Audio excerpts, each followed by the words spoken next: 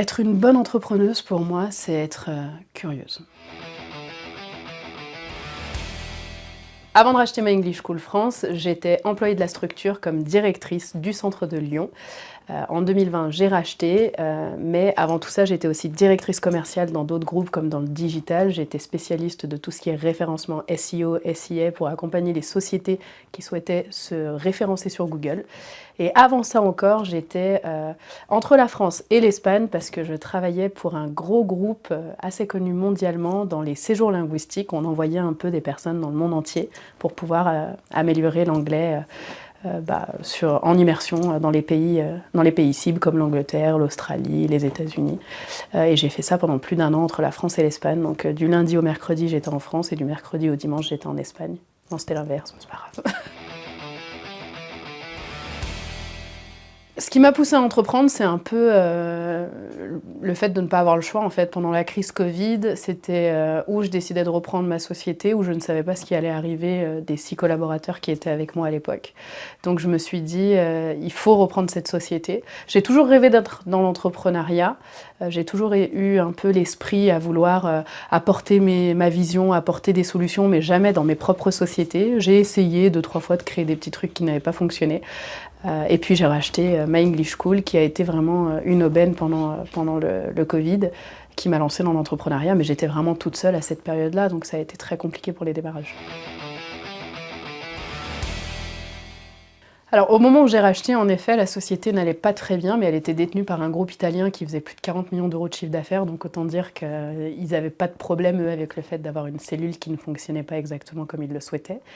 Quand moi j'ai racheté par contre, avec mes 2 associés qui sont Julie Guillotin et Fabio Grandi, nous on était tout petits, on n'avait pas forcément d'argent, ou du moins beaucoup moins que ce grand groupe italien, donc on a dû très rapidement mettre en place des actions comme par exemple revoir la méthode complète, parce que nous à l'époque on était payés sous 24 voire 36 mois, parce que dans la formation c'est un peu spécifique, mais on est payé en fin de formation.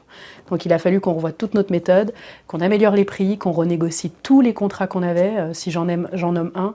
On avait le contrat téléphonique par exemple, le standard nous coûtait 500 € par mois, aujourd'hui on est passé sur un standard qui nous en coûte 79 et on est très heureux. Donc vraiment aller retravailler tous ces contrats-là, ce qui nous a permis en fait tout simplement de gagner de l'argent. Et la première chose que j'ai faite aussi, soyons honnêtes, c'est de retirer mon salaire. J'ai eu le droit à Pôle emploi pendant 24 mois quand j'ai lancé la société, mon associé aussi Fabio, ce qui a permis de diviser les charges énormément pour la structure. On n'a cependant jamais revu les salaires des collaborateurs, mais au moment du rachat, je me suis rapprochée de mes collaborateurs et je leur ai dit pendant 1 an, je ne vais pas pouvoir vous payer de primes. Si vous souhaitez partir, je peux le comprendre. Et au final, ils sont tous restés. Donc c'est comme ça qu'on a remonté la barre, en travaillant d'un côté sur les frais et de l'autre sur négocier ce qu'on pouvait pour pouvoir s'assurer que la société pouvait survivre. L'ouverture au monde. Quand on parle anglais ou quand on parle une autre langue, on se rend compte qu'il existe des cultures complètement différentes à la nôtre, et quand on s'ouvre au monde, il n'y a rien de plus beau. L'anglais est certainement la langue qui nous permet de pouvoir parler dans les 4 coins du monde avec n'importe qui. C'est pas la langue la plus parlée au monde, la langue la plus parlée au monde c'est le mandarin, mais c'est normal, ils sont quand même 2 milliards dans leur pays. Mais l'anglais ça reste quand même la langue internationale. Et en fait c'est la beauté de se dire, quand je peux échanger avec des gens, je peux comprendre d'autres manières de penser, parce qu'on est vraiment différents dans le monde entier. Et ça ouvre l'esprit quoi. Moi ça m'a changé la vie, l'anglais m'a changé la vie, donc je voulais apporter ça dans la vie des gens. Tout à l'heure je disais que je travaillais dans le digital. Le digital, j'avais l'impression de vendre des choses que je ne pouvais pas vraiment mettre en application. J'avais un peu l'impression de vendre du rêve. Le matin, je me levais, j'étais pas fière de ce que je faisais. Dans l'anglais, je suis fière tous les matins, quoi. Quand je me regarde dans le miroir, je me dis, je change des vies, je permets à des gens de trouver des emplois, je permets à des gens de partir à l'étranger, de vivre des aventures. Je permets aussi à des gens de se marier, parce qu'ils se rencontrent en formation chez nous. Et je suis heureuse, parce que ça ouvre des portes. Ce que je préfère dans l'entrepreneuriat, c'est le fait d'être ma propre boss, de pouvoir vraiment définir des lignées. J'ai une vision, je veux aller quelque part et je peux emmener ma société vers là où je le souhaite. Attention, être entrepreneur, ça ne veut pas dire prendre toutes les décisions tout seul. Moi, j'ai mis en place très rapidement un CODIR, donc un comité de direction, avec mes équipes pour qu'on puisse ensemble prendre les décisions. Mais ce que j'aime, c'est qu'à la fin de la journée, quand tu es entrepreneur, c'est ta société, donc c'est aussi en grande partie ta vision. Même si tu as des personnes qui vont te donner des idées et qui vont t'aider à évoluer ou que tu puisses ne pas prendre les décisions tout seul, c'est quand même toi qui fais en sorte que ta boîte, elle fonctionne ou non. Donc ça, j'aime beaucoup. Après, ça peut être un stress que certains n'acceptent pas. Dans mon cas à moi, c'est un stress que j'adore parce que je me dis que demain, quand je quitterai ce monde, j'aurai potentiellement créé un groupe qui fera la différence dans la vie des gens et ça sera grâce à moi. Le capitalisme solidaire. Depuis que j'en ai parlé, tout le monde revient vers moi avec cette question. Pour moi, le capitalisme solidaire, c'est assez simple. C'est quand tu es une société ou quand tu as une société qui fonctionne et qui fait de gros chiffres d'affaires avec des beaux résultats, je reste persuadée que des entrepreneurs comme moi, comme d'autres, pourraient reverser une partie de ce résultat net à des petites structures de la région, locales, qui ont besoin en fait de se développer, qui n'ont pas forcément les aides des banques, qui n'ont pas forcément les aides d'État, mais qui ont des bons produits, qui ont des bons services et qui n'arrivent pas à grandir. Donc j'en parlais, on a le 1% d'art par exemple, quand on crée des nouveaux bâtiments, notamment dans le public, le public oblige, enfin l'État, le gouvernement oblige de remettre dans le projet global de mettre 1% d'art, c'est-à-dire 1% du montant global dans de l'art. Bah, je pense que ça pourrait être bien qu'on crée une espèce de loi comme ça, après une loi oui ou non, ou du moins autoriser les sociétés qui le souhaitent à pouvoir faire le 1% solidaire, donc c'est-à-dire moi j'ai un résultat cette année de 342 000 €, ben, je reverse 1% à une société de mon choix, en local. Ça permettrait de relancer l'économie locale, de permettre au gouvernement aussi d'être potentiellement moins présent, d'éviter les PGE, d'éviter ce genre de choses, parce qu'en fait les sociétés rentables en local pourraient aider celles qui ne le sont pas ou qui le sont moins à se développer. Pas parce qu'on vit en France et que j'ai voyagé dans beaucoup de pays du monde et qu'on a beau dire qu'en France c'est la misère, il y en a beaucoup qui n'ont pas été en Asie, il y en a beaucoup qui n'ont pas été aux États-Unis non plus. On a la chance en France quand même d'être accompagné, d'être aidé. Moi je suis née dans une cabine téléphonique, aujourd'hui je suis chef d'entreprise et je ne l'ai pas fait toute seule. Ma mère est décédée, j'avais 9 ans, c'est l'État qui m'a pris sous son aile, j'ai été pupille de l'État jusqu'à mes 25 ans, l'État m'a payé mes études. Donc aujourd'hui j'espère que ce que je paye permet à d'autres, français ou non, soyons clairs, de pouvoir bénéficier de ce service. Parce qu'aujourd'hui on arrive vraiment dans une économie où c'est de plus en plus dur pour l'État de subvenir aux besoins des Français, parce qu'on a plus de Français qui bénéficient de ces aides. C'est ce qu'on dit, moi je pense pas.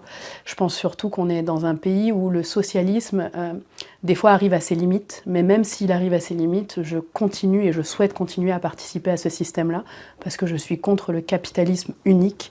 Je veux que les gens puissent bénéficier et être aidés quand ils sont vraiment dans la galère, en fait, tout simplement.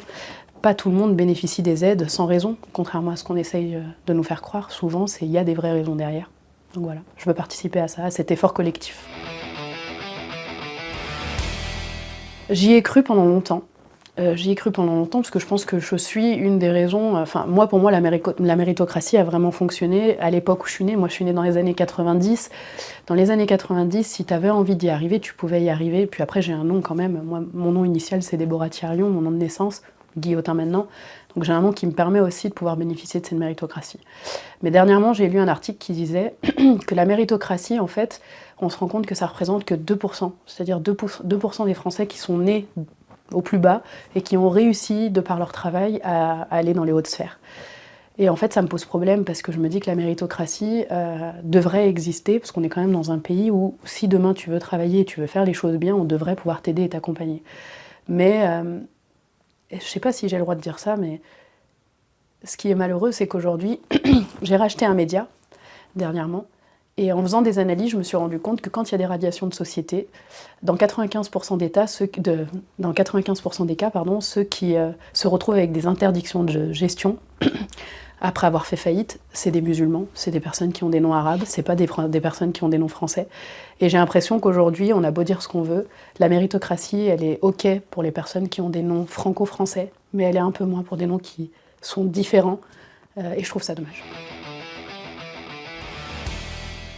Bien sûr, et je trouverais dommage de ne pas en avoir. Est-ce que vous voulez savoir c'est lesquels? Bon d'accord. Je vais vous le dire. Alors, en rôle modèle, dernièrement, j'ai rencontré 2 femmes incroyables. Sandra Viricel, qui est dans l'immobilier, elle est dans les émissions de Stéphane Plaza. Et Alice Labouze, qui, elle, est dans tout ce qui est de la partie financière. Chaque année, en fait, j'ai un peu mes rôles modèles, hein. Je change constamment, parce que pour moi, c'est important d'avoir toujours de nouveaux mentors, de nouvelles personnes, et de découvrir de nouveaux mondes aussi. Mais c'est vrai que ces 2 personnes-là, de 2024, ont vraiment changé ma vision du business, changé ma vision de la vie, changé ma vision de ce que je souhaitais devenir. Et pour le coup, c'est mes derniers rôles modèles. Mais le rôle modèle de ma vie, c'est Céline Dion.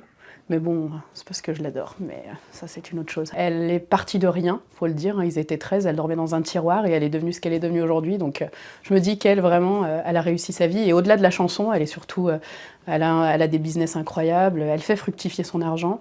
Après il y a aussi des personnes comme Taylor Swift dernièrement, où tout le monde les voit pour la musique, mais moi je les vois plutôt pour le côté business, et dans le cas de Taylor Swift, cette fille est incurable, cette fille est intraitable dans le business, donc ça reste aussi quand même des rôles modèles, quoi, de te dire des personnes qui n'avaient rien, qui sont devenues tout et qui sont devenues très intelligentes aussi côté business. Alors, je suis devenue business angel pour la simple et bonne raison, je parlais tout à l'heure du capitalisme solidaire, et pour moi c'est l'une des meilleurs moyens de montrer le fait qu'on peut aider d'autres entrepreneurs.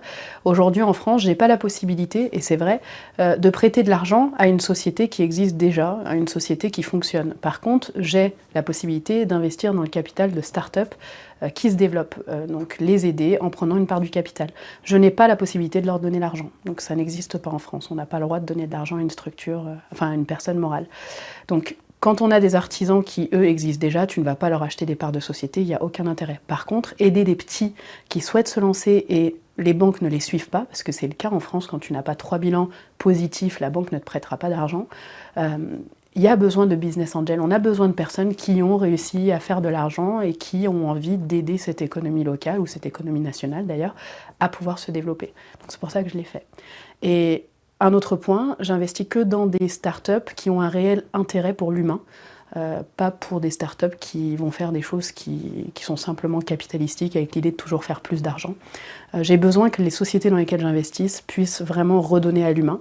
Et quand je donne de l'argent à une startup, la première chose que je lui dis, c'est le jour où toi tu auras de l'argent, enfin au fondateur bien sûr, pas à la startup, le jour où tu as de l'argent, j'aimerais que tu fasses la même chose, que tu aides des plus petits que toi à pouvoir grandir, donc investir dans des startups, en leur laissant la main sur leur business. Moi je suis pas là pour leur dire quoi faire, je suis pas là pour leur mettre la pression. Une startup elle coule, c'est pas grave, quand j'investis mon argent, je sais que ça peut être le cas dans 8 cas sur 10.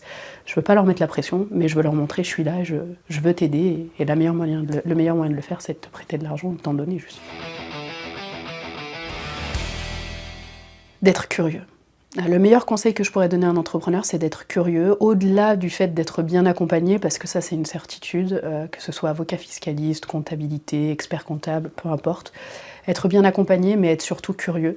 Moi je le vois, un mauvais conseil comptable m'a coûté 200 000 € d'impôts, alors que si j'avais été ne serait-ce qu'un peu plus curieuse et que j'avais regardé moi-même, j'aurais pu très clairement voir en 2 secondes que le conseil qu'on m'avait donné allait me poser problème dans le futur, au vu du développement que j'envisageais.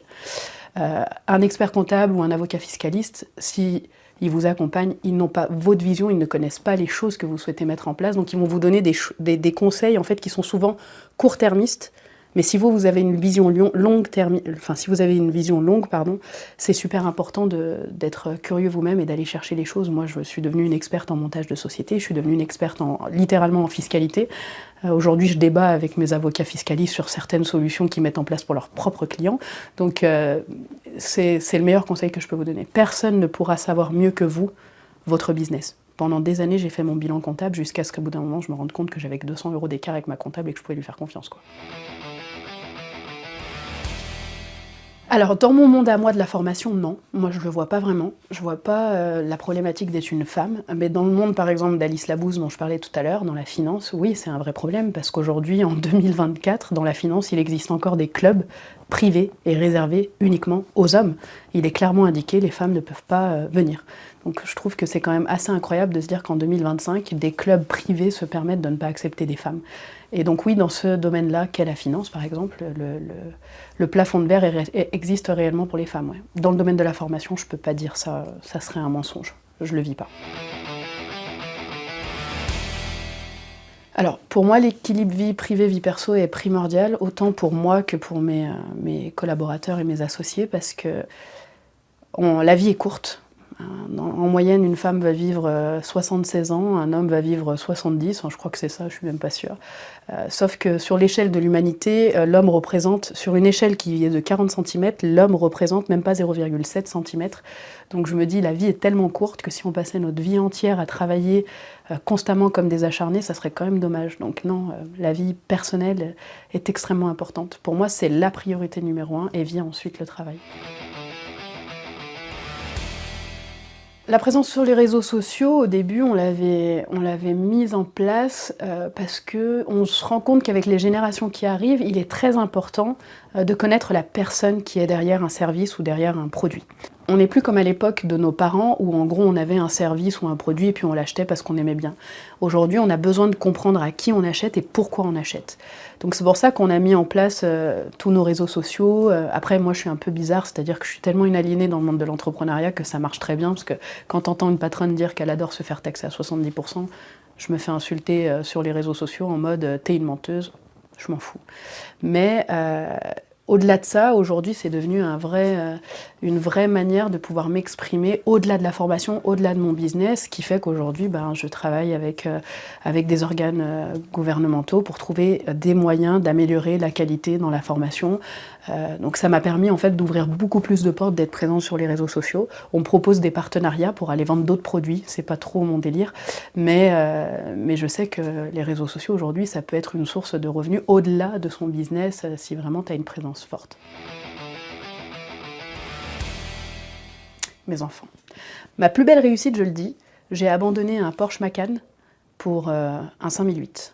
Et c'est ma plus belle réussite professionnelle, personnelle, tout ce que vous voulez, parce qu'en fait, le Porsche Macan ne pouvait pas accueillir mes jumeaux, le 5008 le peut, et c'est la plus belle chose du monde quand tu te retournes et que tu vois tes enfants derrière toi, dans ton 5008 et pas ton Porsche Macan. Alors que mon rêve a toujours été d'avoir un Porsche Macan.